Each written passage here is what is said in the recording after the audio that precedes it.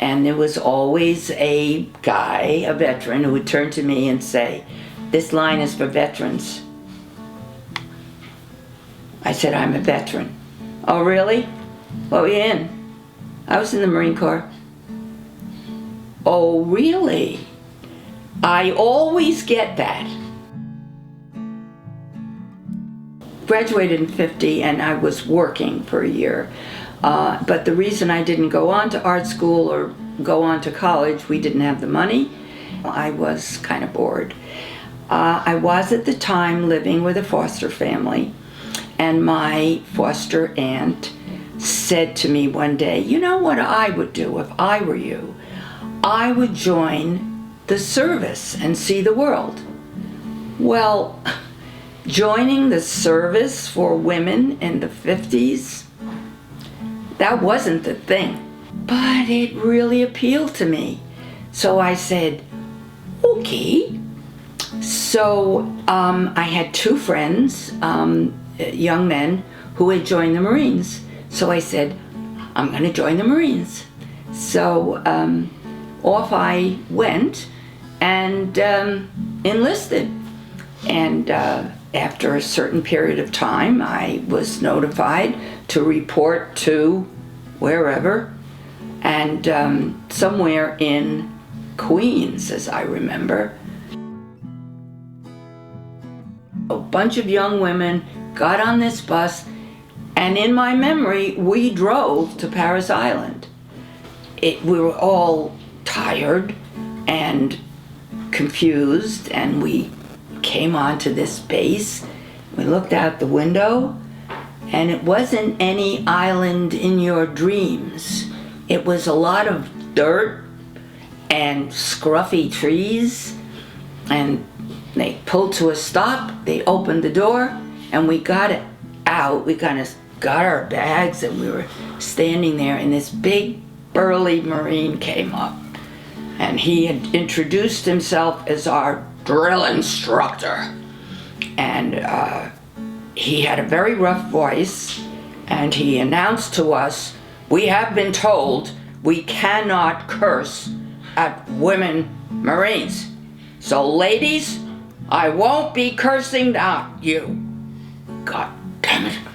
So we're standing there kind of scared out of our wits, and he says, "All right, now get in a line and follow me." And we followed him like chicks after their mother. And that was beginning of the 8 weeks.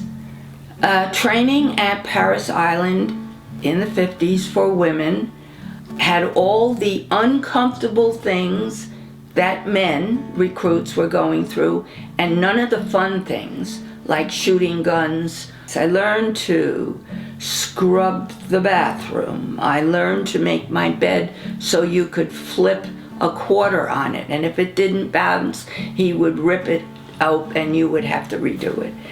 I learned to keep all my clothes in a box, whatever it was, a chest. I learned to march. I learned to say yes, sir. I learned to salute. I learned to keep my mouth shut. I learned not to laugh. I learned to let the sand fleas bite me on the neck and not swat it. I learned to love the Marines. I was stationed in Washington, D.C. at a typewriter doing something, but I also was used for a lot of public relations, photographs and things. I was sent out to San Francisco on recruiting duty, and I traveled with a woman lieutenant, and we went to colleges recruiting young women for officer training. So when I got out, when I was discharged, honorably discharged as a sergeant, I had moved up the ranks. I was 21, going on 22, and I wasn't going to go to college with 17-year-olds and 18-year-olds. So I looked, and Columbia University had just started a School of General Studies. I was one of very few service people. 4 years, paid for by the GI Bill, thank you, government. Met a very nice young man, and when I graduated, I got married. I would say that I've had a very fulfilled life. I went back to school at one point and got my master's in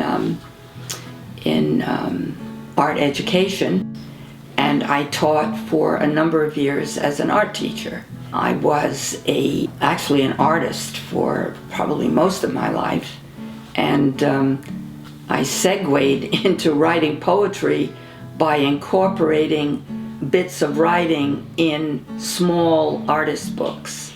And then I started just writing. I always think of my life as one that you could term interesting, in that I've experienced great highs, as right now with being Poet Laureate of Nassau County, which is quite an honor. But I've had I lost my mother when I was very young. I lost my first husband to cancer. He was 31. My husband now, we just celebrated our 60th wedding anniversary, a very long and happy marriage. I have 3 children who are great blessings. I have 4 grandsons who are pretty cool, big, handsome, strapping kids. I have good friends. I have amazingly good health. Unless you really, really know what you want out of college, take the year off. Not necessarily go into the service, but go and, do some volunteer in some, country. It will broaden you. It will focus you.